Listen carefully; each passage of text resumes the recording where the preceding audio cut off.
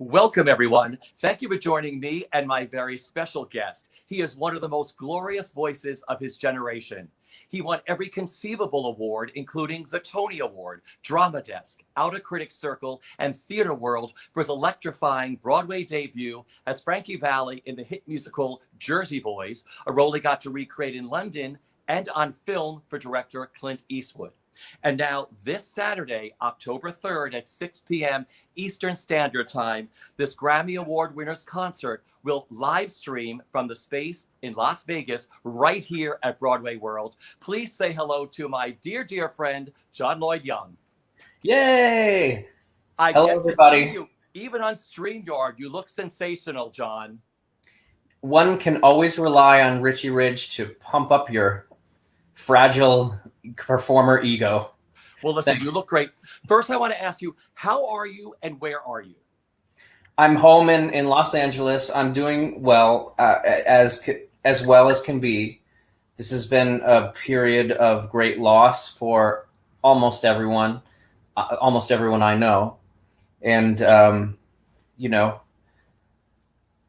we have no other choice but to try to maintain a positive attitude, remember what we used to love, and get used to the idea that perhaps things are never going to be exactly the same, but find a way through. What else can we do? Yeah. Find a way through. I was going to say to you, it's been over 6 months since the New York theater shut down. I mean, I used to give a daily number, but it's like 6 months. For you, sometimes does it feel like last week and sometimes it feels like a year ago? Like, how are you handling and dealing with the pandemic? Well, so we are in a similar situation here in Los Angeles to you guys in New York. And also, New York, I might live out here in Los Angeles, but I work in New York 2 to 3 times a year at least. So, everything drying up also affected me in a big way. And not to mention, let's say not affect that, it affected my, my expectations, right? And also, when I have some time here and there, I also go back to New York just on my own to visit you and Preston, for one thing, and eat your incredible home-cooked meals, but also to see Broadway shows. And so that is just a little bit strange to not be able to go to New York and see shows, or to know that that's all happening out there. And not to mention the personal loss of work. So I don't know. So pandemic-wise, though, we were on lockdown here very similarly to you guys in Los Angeles. The only real big difference, I think, probably I'm assuming for you guys, is that you're a walking and subway kind of city, and Los Angeles is a driving city. So social distance from other people is kind of already built into our culture here, because we're in our little cars, we're in those little bubbles. So it wasn't as destructive in that sense, except that nothing was open. There was even no place to drive to. So I would say in terms of social distance, it was much easier for us than I can imagine it has to be for you. And also elevators, like you almost can't escape other people in New York. So I really sympathized with that side of that frustrating side of it. But in terms of the lockdown in my home, I think that we probably felt similarly. Yeah. Were you able to wrap your head around it right away? Were you able to put structure back into your life right away? Did it take you some time to sort of figure out what the new now was going to be as it changes every day and every week? Well, as you know, and this wasn't always the case, I've known you for years and years, but in the last maybe 8 of those years, I have more and more developed into Buddhism, the philosophy of it especially. And so part of what they call the practice of trying to constantly cultivate yourself is the very difficult, especially for Americans, the very difficult work of accepting what is in front of you for what it is, and working with what's in front of you instead of trying to, force things to be the way you want them to be. How are they, and how can you work with that situation? And that's given in a big time, right? Like for Americans, you have to give in. And because I've been practicing that so much, mostly in relation to a career in the arts, which for someone on the performing side, it's very rare to have control, so that's a lot to get over. And I'd already been practicing that before this unforeseen pandemic hit. And so when it did, it was like a supreme practice of those things, a supreme laboratory for can you deal with this? And as well as possible, I've done okay with it. I've had some personal losses during this time I don't want to go into. No one has a monopoly on loss in this situation. But I'll say that it's one of the things that's kind of positive about a disaster that's so global like this is that we're all in the same boat at the same time. And though we may be separated by distance like this, we have this technology to connect with each other. And there's some sort of comfort in knowing that we're all in the same boat, at least for me. I don't know if it's the same way. Same thing for me. But it's so interesting. It's like, as artists, we're all A-type personalities, and everybody's looking for, the next day, what's next after this? The one big thing has been just the focusing of just, on one person for the amount of time you're with them. And I can only imagine when this all comes back, I'm sure when you can finally, perform again and have your beautiful fans back, it's going to be a whole different connection when you have that together, when you're actually in a room with somebody that you can actually go near and touch and be with, that physical contact. I think it's going to be, everyone's going to live in the moment. I don't think you're going to see a lot of people texting on their phone when they're having a conversation with you. I think it's going to be that personal contact. It'll be a reunion. Yeah, totally. Like a family reunion, but you like them. Yeah, totally. What has amazed you the most, John, and what has frustrated you the most during this pandemic?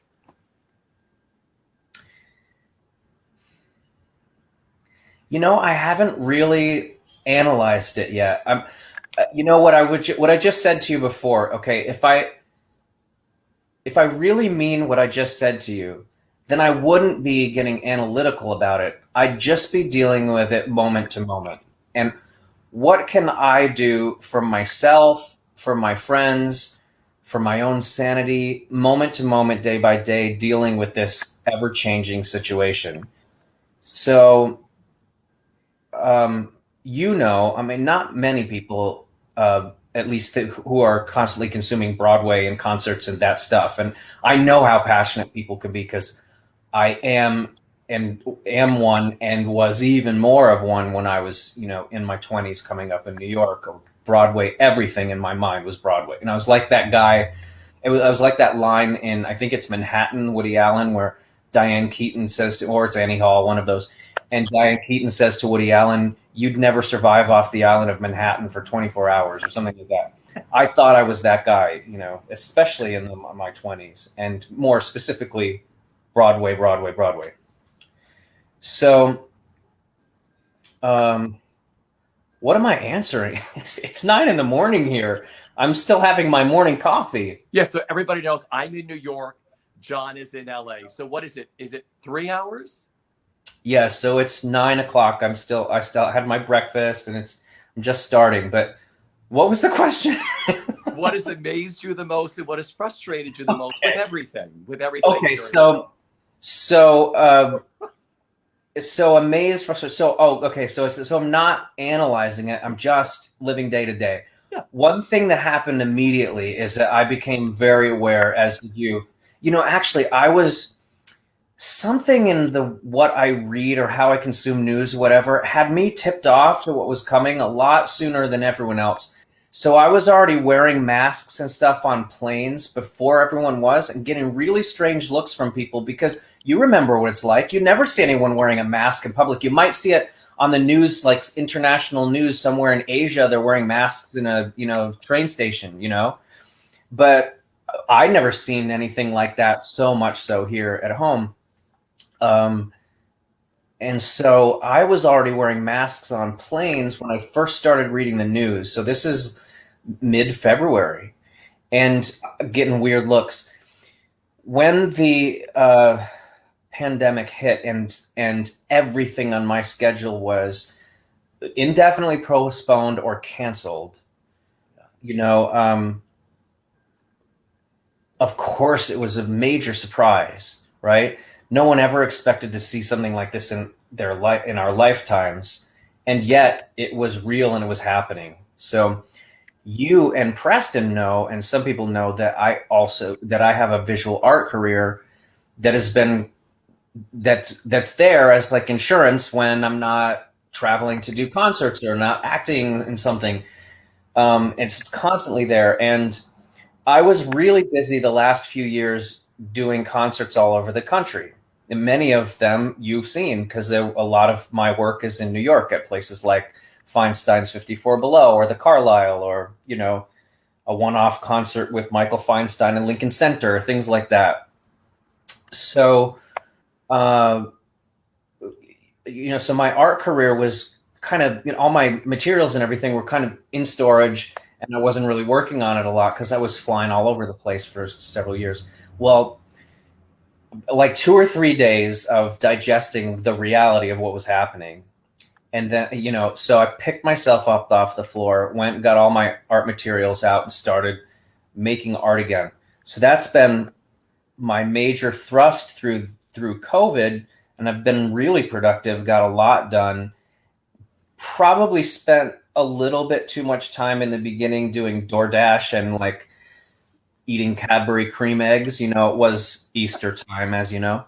So I've happily, that some kind of, like private gyms and stuff have reopened. So I've been able to go and work that off. There's a reason I'm in a mid shot here.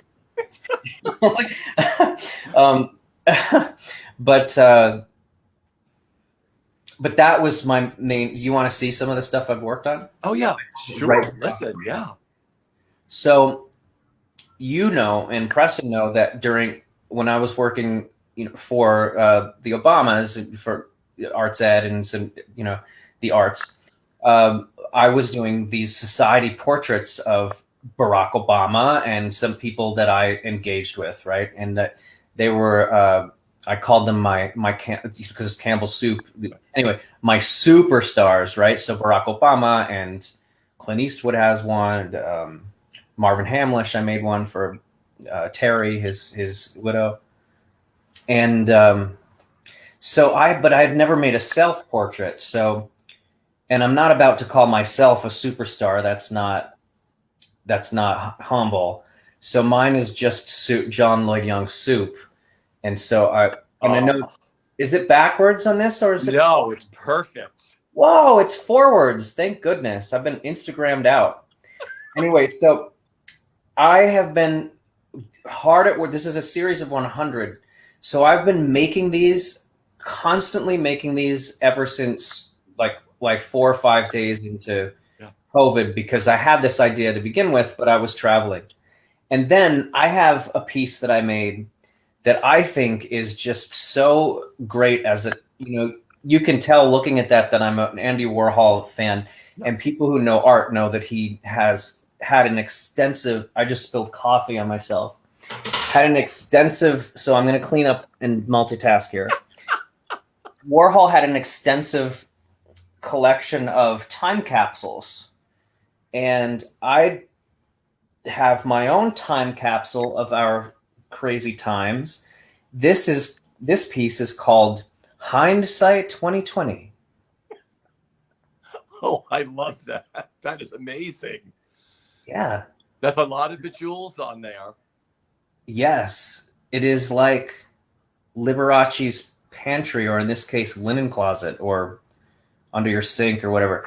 That's Anyway, funny. so, and this is so COVID centric. This is, first of all, you don't have to, you just know exactly what this message is here. Oh yeah, totally. And then it's not only hindsight 2020, which is my fun little pun play on the situation, but also it's a series of 19 for COVID-19. So this was my this was my vision from the, you know, my own sort of gallows humor about our crazy situation in 2020, and that's my time capsule of 2020. You did a beautiful job. It's so intricate. I know that you can just focus. I knew, you know, you and I, we had contacted each other during all this. I knew you would find something to do during all this that you could put, you know, because I knew you had this other, you know, beautiful art career. And it's so time consuming what you do, but I'm sure your focus just changes on making these beautiful pieces. I mean, all we had during the lockdown was time. Yeah. It was perfect for what I already do. And it is intricate. So it's, you know, it's so intricate that it's like a meditation. It takes you out of whatever else is going on. And I listen to a lot of podcasts and stuff because to keep my hands free. So especially those dark weeks where now, think about human beings and their ability to adapt. We're kind of accustomed now to this weirdness. But in the first few weeks, it was dark. We didn't know it was coming. Now we say 200,000 deaths, and that's astounding. But do you remember when it hadn't happened yet and they were saying it could be 250,000, and how just harrowing that thinking about it was? So this was a good distraction and a good kind of repetitive action to go through every day. And I also had a goal of I have to make 100 of these. I'm still making them, you know. Good for you. I'm always working on one. I'm getting fast at it, actually. I don't. Do I want to make 20 tomorrow? No, but But you will. Do that. But well, I want to start talking about the show, talking about how you have time tomorrow to do this, because this Saturday, October 3rd at 6 p.m. Eastern Standard Time, you return to the space in Las Vegas for your second live stream pay concert called John Lloyd Young's Broadway. How excited are you?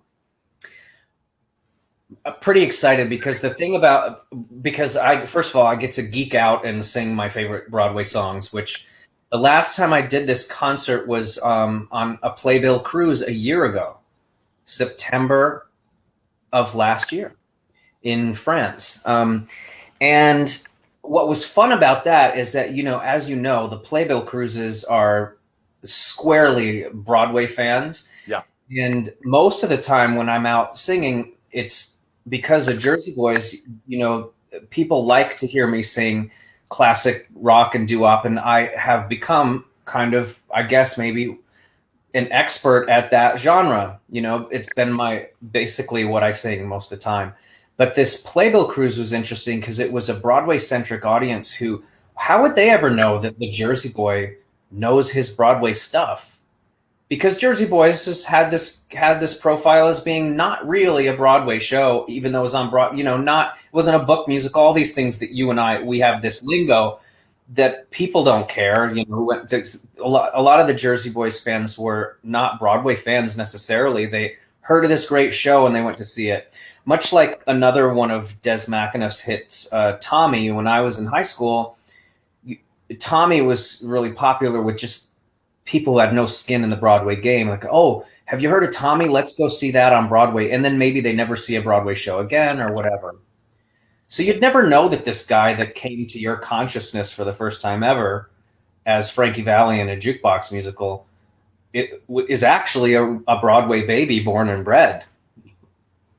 This is my chance I knew to that. geek I out knew and that show when I him. first met you. Totally, that you were a Broadway baby. Yeah, absolutely. And those posters that you have behind you are some of the shows you're singing in your show, right? Yeah. And also, like The Wiz, that poster is one of my favorite Broadway show posters.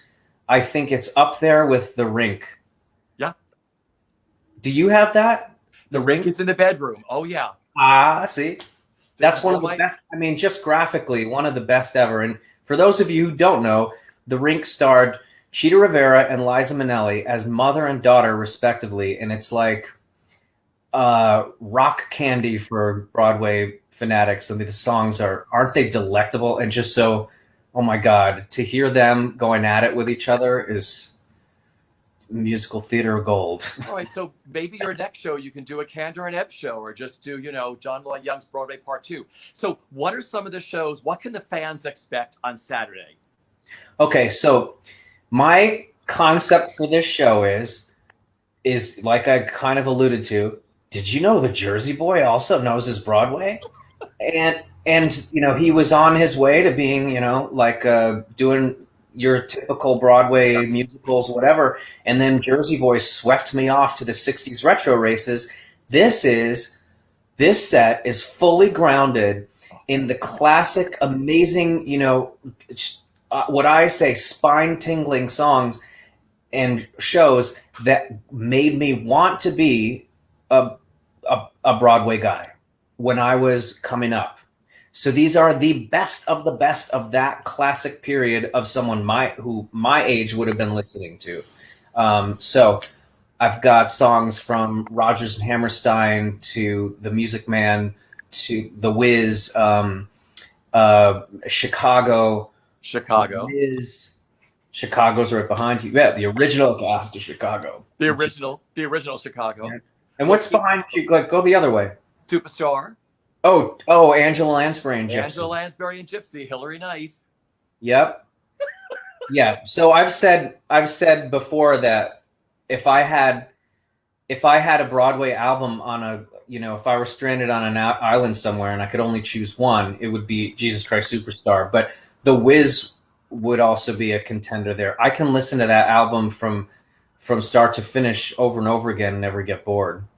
The Wiz is just great. It's the Broadway, especially. Well, I was probably before tape and CDs. I had like 5 vinyls of The Wiz. I mean, it was great. I was so into that stuff. Over and over. You and I have that. Can you hear the siren? It's all good. I thought it was mine. I hear him 24/7, so I wasn't sure if it was coming from LA or from New York. Yeah. So I was that kid who, down in the Lower East Side, Footlight Records was all theater music and all theater records. And I was that kid that was so fascinated and loved Jesus Christ Superstar so much, for example, that I would go to Footlight Records and spend all the money I had to spend on the Spanish album of Jesus Christ Superstar, Jesucristo Superestrella, and I have a better Spanish accent than that because I'm fluent in Spanish, but don't ask me why I just said that like a gringo. But anyway, Les Mis in Spanish, Los Miserables, dos cuatro seis cero uno, I thought that was amazing. I have the Sweeney Todd recording from the Catalan, the Barcelona production of Sweeney Todd. And I know that show, start to finish, like every word. So I know when I'm hearing the Catalan, even though I only understand a little bit of Catalan, it's sort of similar to Spanish. I know exactly what's going on, and it's just so enjoyable. And I had the best collection. Now I get to sing from those things, and I don't have to wait for someone to cast me. I cast myself in all these different roles for 3 minutes. I love it in your show. I have to talk about your musical director. You have one of the most sought after musical directors with Tommy Farragher. Tell me why you think you two work so well together. First of all, Tommy is so easygoing and so good natured, and he was Southern California born and bred. I was born in California, but then whisked off to, my dad was Air Force, so whisked off to the East Coast, and my family my mother's side were New York Italian Americans, high-strung, neurotic Catholic people, Tommy is so easygoing. So he really tempers my more neurotic nature, although like I said, last several years, that's kind of really calmed down just my habits of been better for my mental health. But he's really easygoing. He's very versatile in terms of being able, this Broadway genre was not something he had ever played before. I mean, he was squarely in the 70s and 80s singer-songwriters, pop producer kind of stuff, was his beginnings, and Broadway was never part of it. So we worked really well together on the throwback R&B and all that stuff. We both have the same sensibility with that. But then, I guess it was inevitable that people would eventually want a Tony winner to sing Broadway songs. Most of the time, they want me to sing Jersey Boys era, that kind of genre, and that's fine.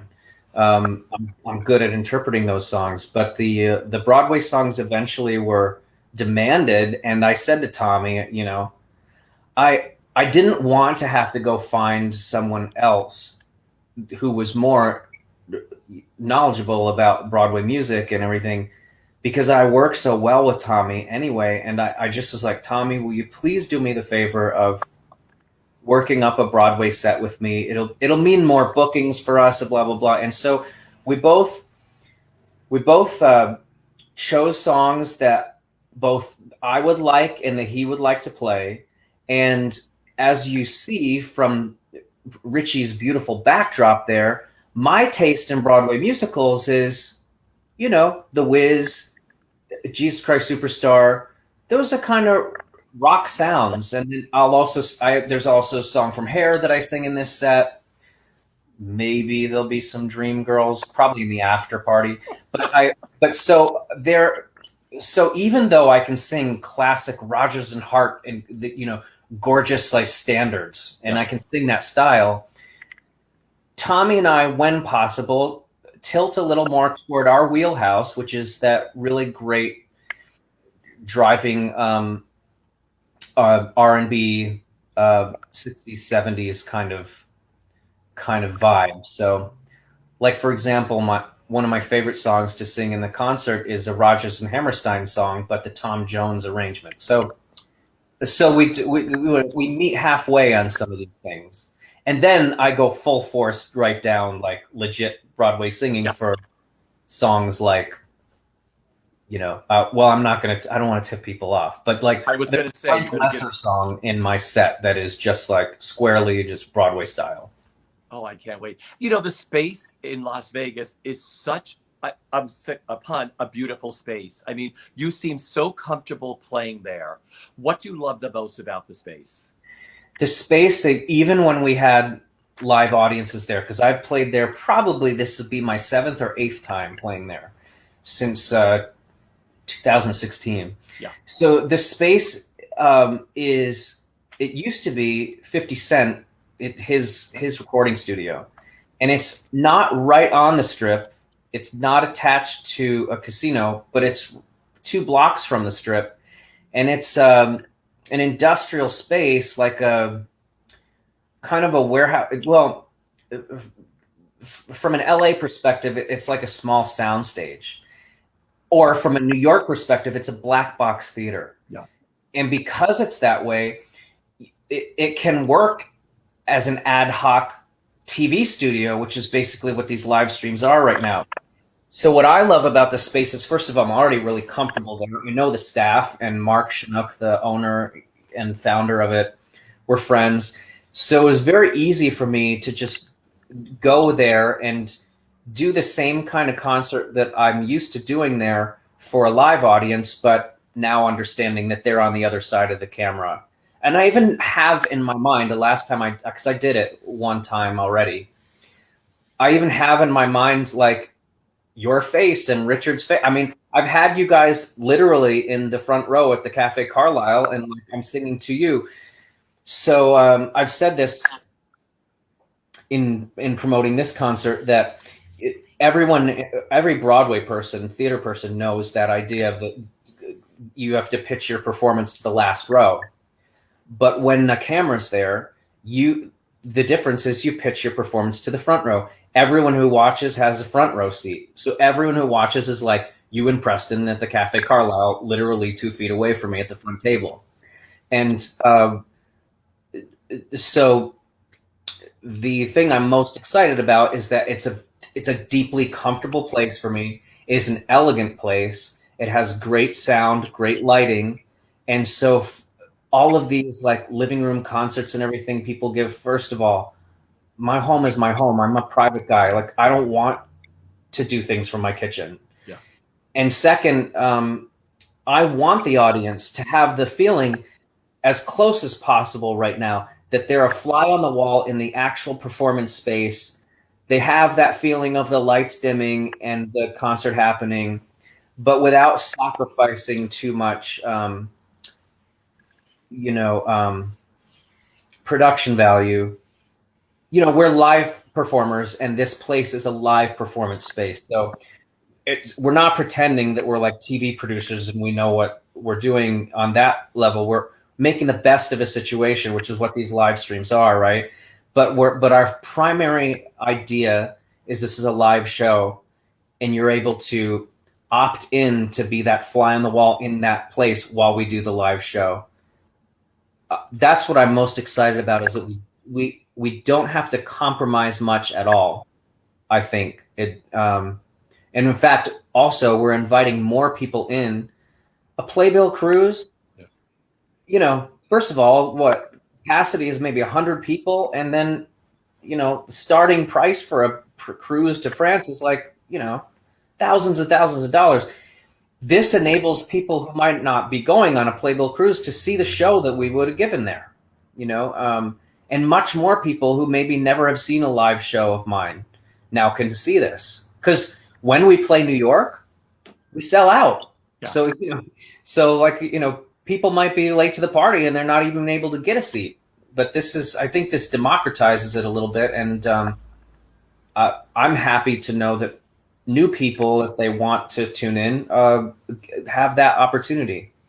Well, that's what I love about this. And I've talked to a few other people who've been doing live streams. You do this, and people from all around the world just pay for a ticket and can watch it in their house in London, in Switzerland, right. Anybody who likes you all around the country, all around the world. Yeah. And I'll tell you, your pricing is amazing. It's so affordable. It's this Saturday night, October 3rd at 6 p.m. Eastern Standard Time. John Lloyd Young will be back at the space in Las Vegas for his second live stream pay concert called John Lloyd Young's Broadway. The show tickets are only $30, but please tell our audience about your VIP virtual package, which is only $100, and tell us what that offers. So I'm not going to condescend to people who are going through really difficult times right now. Oh yeah. Only $100, like pre-pandemic, you might say. I wouldn't say only $100. I know that that's kind of steep. What the initial idea with that was, and I'm just going to be totally transparent with you. Yeah. Mark, my partner in this, who's now partnered with Broadway World to present these live streams, he runs a live performance space. When I perform there, just because people get paid, right? So when I perform there, he and I have a split of the ticket sales. But then he was also able to make sales at the bar. Yeah. Drinks. He can't make those sales now, right? Because he's not allowed to have an audience in there. So we conceived of this idea of, and I usually do a meet and greet, which are really popular. Sometimes the meet and greets last longer than the show actually did. Sometimes I'm standing there for 2 hours meeting people. So one of the things I knew that my core fans would miss was that opportunity to have a few words afterward, that meet and greet, which we just cannot do now. Even if there were audiences, I wouldn't feel comfortable right now, doing a receiving line. It's just not safe for any of us. So we conceived of this idea of doing a bonus. If you want to stick, so first of all, if you can only afford to see the concert, it's going to get a great concert. It's the one that I do all over the country, and in these small rooms, in these great clubs, so you still get a great experience. But if you want to stick around later, or if you're the type that would have gotten a meet and greet, or we then will sit down and have a conversation. Last time we did like the Inside the Actors Studio questionnaire. Mark we'll solicit questions from people who buy tickets, and so your question could be one of the ones that's answered. Tommy and I always save some sort of interesting bonus surprise musical, and in this particular time, and we'll do different things. We'll call it an after party. It's just time to like let your hair down and just loosely converse and hang out. Tommy and I talk about things that you don't necessarily do when you're doing a concert. And we're sharing this time a brand new, as good as it is at this point, track from our album we're working on. This is an original song, and it's the most current mix. So there still could be more things added. Tommy will talk about that, and we'll talk about the recording process and all of that. But we're also going to play it and sit there and hear this, where something from my album, where it is right now. And so that we save those kind of things for this opportunity to come together, and we call it a virtual after party or a virtual meet and greet. And that, I think, scratches that itch for the people who really are missing that, because for a lot of the people who come to the concerts, the meet and greet is a very special thing for them and me, and this gives us all an opportunity to do that. In addition, it gives Mark, who owns the space, it helps make up for zero sales from the bar. That's great, because you have the most loyalist fans, John. You have the most loyalist fans. I mean, your fans have fly around the country and around the world to see you. I mean, I love going to your shows because I catch up with everybody. And like Cynthia is one of our dearest friends now, who we met years ago at the Carlisle. Right. So, I mean, it's just so great to see all these people sort of fly in wherever you are. And I'm sure this virtual meet and greet just gives them that little extra something special. But like you said, you give it back to Mark, which is so lovely too, to help the space out too. Really great. Well, we have to, if there was an article that came out recently about the Kennedy Center and Hamilton that came through, and the Kennedy Center ultimately hadn't made anything because Hamilton was so expensive to present, because the Hamilton producers, look, it's commercial theater. They're in it to make money. They're not it's not charity. But but in that article, and I don't remember who they were quoting, but they were talking about people in road tours and everything. And someone had made the point that leave some money on the table wherever you go. Right. So let the presenter make a little bit too. Don't just keep it all for yourself. Otherwise there won't be that place to present your show down the line. It's got to be good for everybody. And so, like you said, so there is no place to do these live streams from if Mark can't keep the space open. He probably wouldn't want me saying this stuff, and he hasn't told me any of this. These are my ideas, but I'm just saying that, let me give you an example of this in a different arena. I love independent bookstores. I love the Strand in New York City. I don't want those things to go away because of the pandemic. So my philosophy is, if I have some extra to buy some books from one of these places, like I also love Powell's in Portland, Oregon, which is like the Strand, okay? Used books, and it's just amazing. And they had to be closed for months. So they, sent out an email to their supporters and everything, please support us. And I just bought a bunch of stuff that I didn't necessarily need to buy, but just to help keep them open, because I love them so much. And so this is the same thing I'm saying, now we're going to have to get into a place, because we don't know when this is going to come back. Yeah. We are now going to be in a place where you can't just expect all the entertainers in the country to just do benefits all the time. We have to make money again, and the places that present concerts we have to help them survive if we want them to be there on the other side. And so it's going to have to start to become acceptable that some people are actually going to start to make a living on streaming for at least the short term. And these ticket sales are, being shared and making it possible to bring these things back. I only say this because I have seen a thread of attitudes of oh, such a devastation of Broadway or whatever, but it's just show business and it's frivolous. And oh, not anything as devastating as the nurse that needs to go to the hospital and work 12-hour shifts. And no one ever said that, you know? So entertainment is supposed to uplift, but it also, we have to eat, so, entertainers and presenters and all that stuff. So it's not like, I think you understand where I'm going with that. It's appropriate now after 6 months to find a way to make our way through without begging or asking for handouts. And commercial theater and artists who work in theater get paid to work. And we're not like London where we get a stipend from the government. Yeah. And, we have to make a living.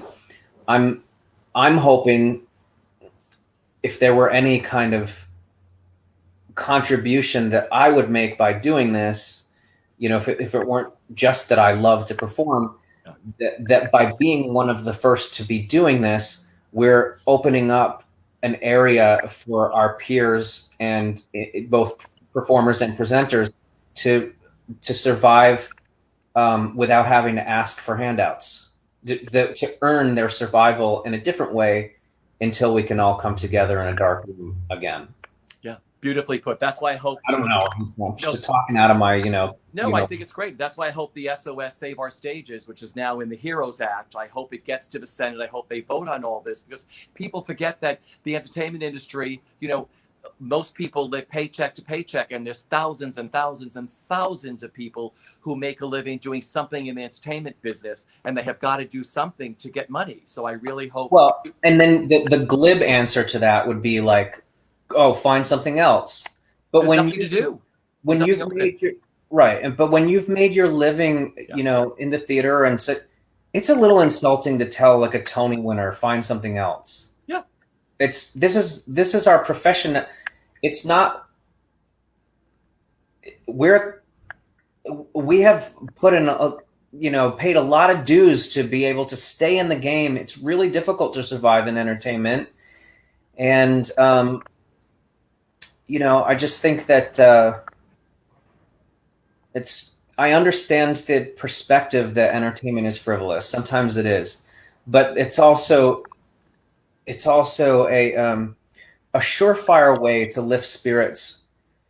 It almost always has the ability to lift spirits or to inspire people, and that's worth something. People pay a life coach to tell them how great they are, or they could watch some show or read a book or something that has someone do something heroic and get some inspiration and say, that worked for that fictional character. It might work for me to stand up to my abuser or whatever. All these things that happen, through the performing arts, these inspirations people get, and also just literally an escape sometimes.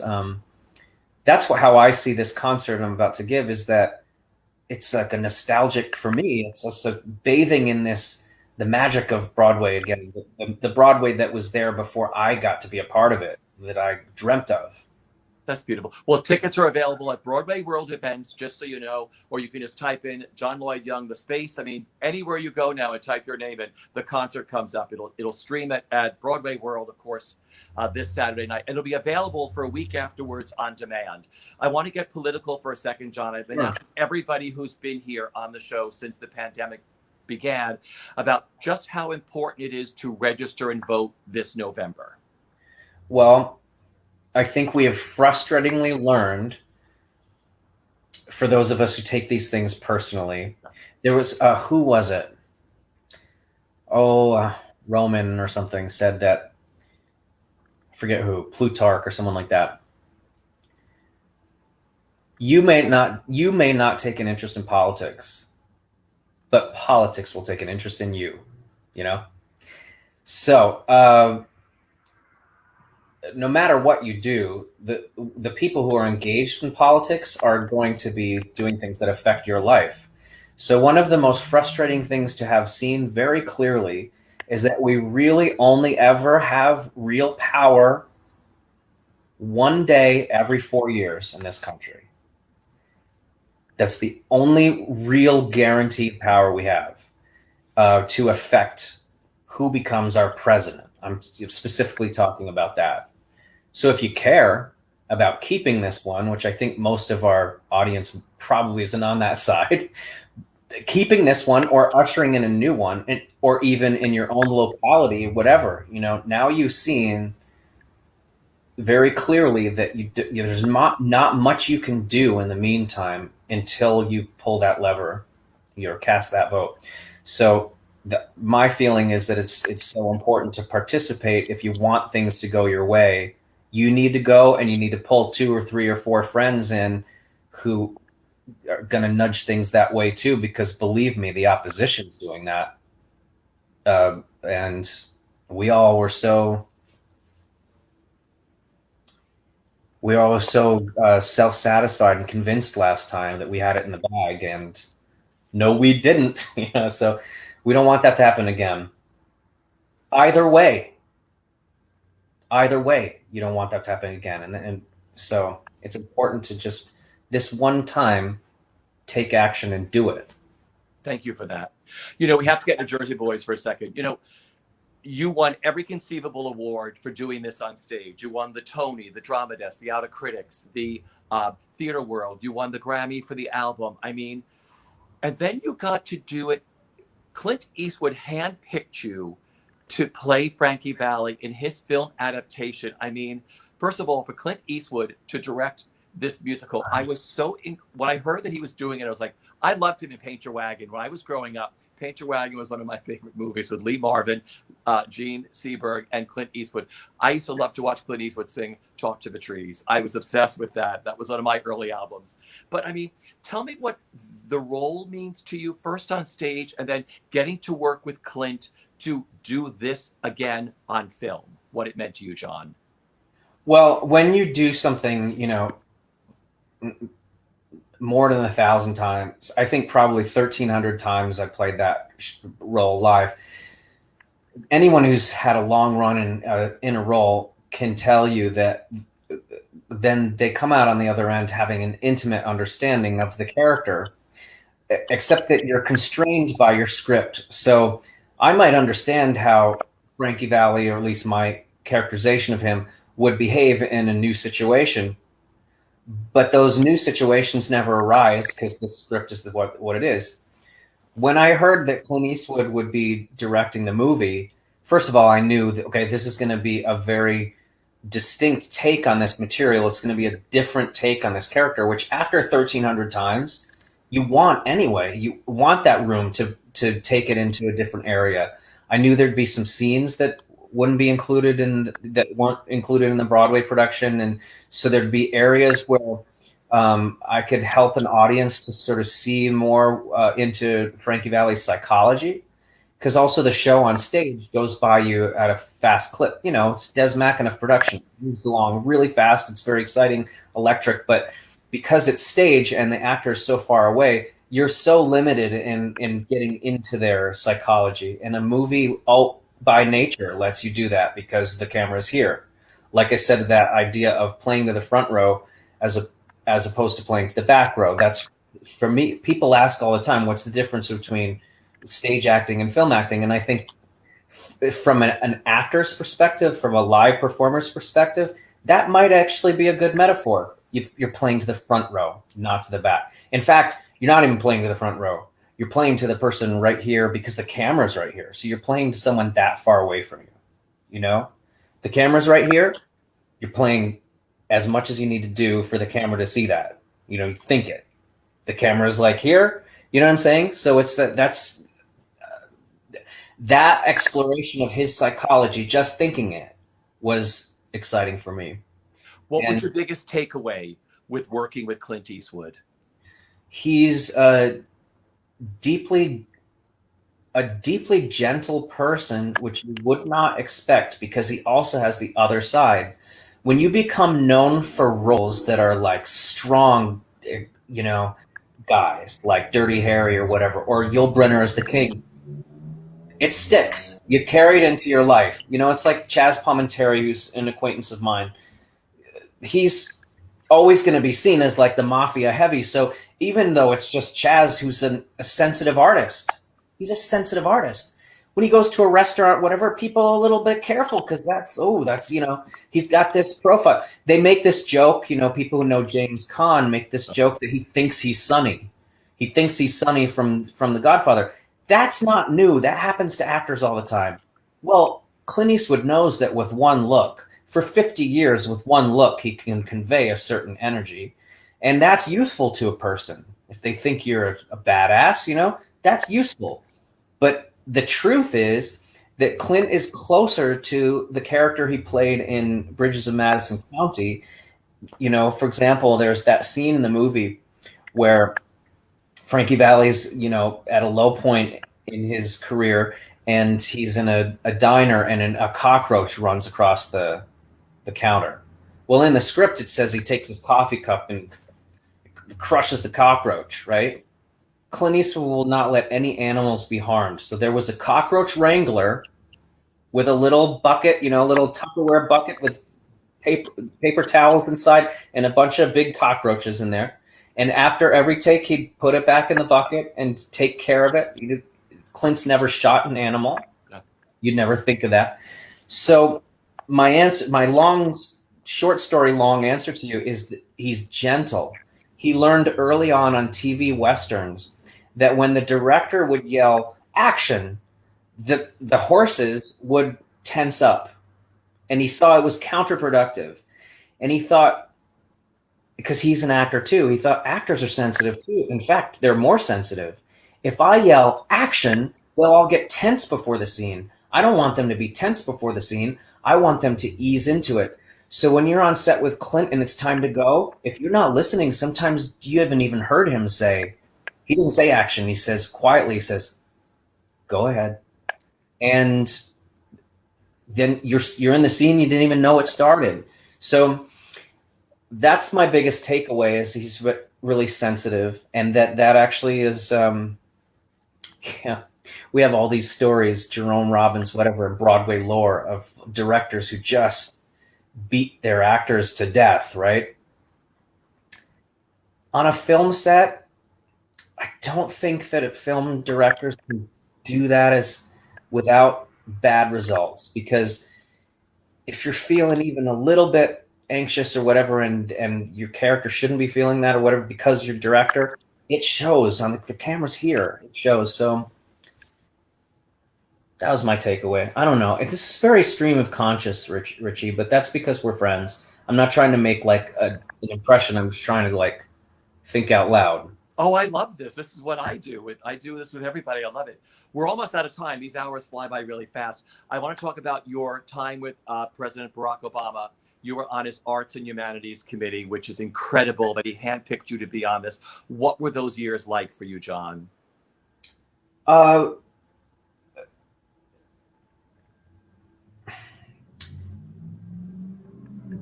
There was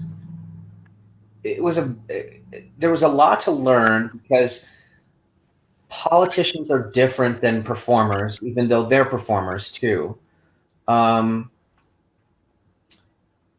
I was naive in certain ways, thinking that my voice at the table would suddenly create a lot of change. There's a lot of bureaucracy in Washington, obviously, because it is a bureaucracy.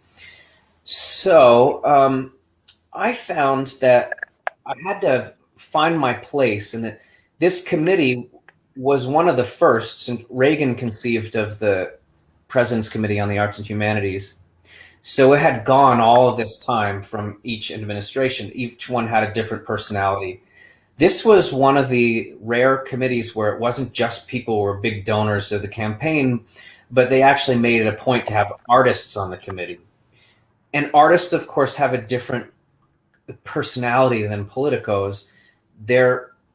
I think what we do, we deal with people's feelings much more squarely, and so there were a lot of things where the political type, the bureaucratic types would go and they'd go have a meeting about business stuff, right? And the artists, we would go and we'd visit kids in the community, or we would engage with other people and sort of take care of feelings. So it was an interesting partnership, and I learned more through that what my role as an entertainer is than the things that I can add to the equation that the politicos can't. And in a very simple way, you know, Barack Obama has had some serious swag, and we know he could hold a tune, but it wouldn't probably be appropriate for Barack Obama to go out and sing the whole Al Green song. You know, maybe, you know, he's got important things to do. He was the president, but I could then stay behind and sing the Al Green song, you know, or I could sing the whole. That's how I got involved with the Obamas. Is that I was doing living room concerts to help raise money for Obama Biden in Washington. You know, literally people sitting in a living room and singing songs to karaoke tracks. So someone from the Obama administration is speaking and saying some things, and then there's entertainment from the Jersey Boy, you know. But the side of it that, you know, makes it a little more appropriate is that I'm also very comfortable then putting the microphone down and talking to the ambassador or what, you know, I'm very comfortable in the situations. And I think that made it an appropriate fit. I could play both roles. Yeah. You know, one of my final questions for you is, I love your album, My Turn. I listen to it all the time. I always have. It's a bestseller still on Amazon, R&B. Now, you working on a new album right now? Because you mentioned there may be a track people will hear afterwards at your new concert. How's the new album coming along? There's been so many interruptions. It's like, so when I was coming up in the business, you know, as a kid, with those shows on my mind behind you, you know, I remember one time seeing like Barbra Streisand talk about one of her movies that it took 7 years to get it off the ground, and I thought, 7 years? Like, how could anything take 7 years? And now, you know, having then grown into being an adult in the business, and now I can see, you know, I still am working on goals that I set 10 years ago. I'm like, where did those 10 years go? Anyway, COVID was a big interruption, and my touring, which was very welcome, but a very busy touring schedule around the country the last few years also made it kind of tough to get into the studio and to make things happen. We were in great shape before COVID, and then had to do some finishing touches remotely, get some instruments in from their house, and then we bring it in, and so we're back at work on it. I think we're going to make some strides in the first few weeks of October, and like I said, we have a track that's in nice shape. It's not finished, but it's in nice shape, and we're going to share it so that the people who really are waiting for this album can get a little preview as we continue to trudge ahead, like everybody else in this world right now. You know, there's been some interruptions. Very exciting. Very exciting. But this has some really great covers on it, but also some originals, which those of you who have come to my live shows have heard some of these originals. And you know, that's taking a risk, because I'm not a songwriter first and foremost, but I've written some songs, and you know, it's like I always do in my career. Like I always do. I ultimately, whether I'm certain of it or not, I take a risk and put things out there and hope that it's valuable or makes some sort of impact, or at least it's enjoyable. And that's how I feel with these originals. You know, I hope you like them. If you don't, I still will sing the old chestnuts, and I'll always sing Jersey Boys. So please suffer with me for 3 minutes for an original song, and I'll get back to the old, you know, chestnuts right after that. You know, I think 3 minutes is a small price to pay for a concert full of familiar songs that you already love. Well, like I said, we are out of time. So once again, this Saturday night, October 3rd at 6 p.m. Eastern Standard Time, John Lloyd Young will be back at the Space in Las Vegas for his second live stream pay concert called John Lloyd Young's Broadway. There are tickets for the show only at $30. There's a VIP package for $100 that features a Q&A and a track from the new album and an encore performance. And tickets are available at Broadway World Events, and the show will be available on demand for 1 week after that. John, it is always a pleasure. I have known you from the very beginning of your early times with John Mahoney in The Drawer Boy and Theodore Bickel in The Chosen. I mean, we used to shoot the breeze about when you were an usher for 42nd Street at the old Ford Center. I mean, it's been so wonderful. And we've been at every single concert you've done in New York. And I was at the very first one you did at Lincoln Center. I have watched you just blossom into this incredible live performer. It's like I said, I just love catching up with you, and I love our stream of consciousness that we just did today to shoot the breeze for an hour. Yeah. Well, it's fun. It's like coffee talk.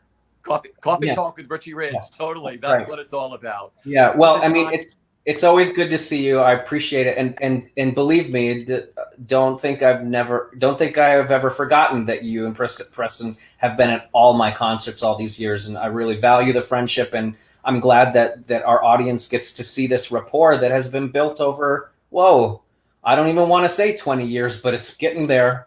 It's getting there. Well, listen, you have a fabulous concert. We are there Saturday night, October 3rd. Stay safe, my friend, and for everybody watching, wash your hands, wear a mask, stay safe, and we'll see you when the theater comes back bigger and better than ever. Take care, everyone.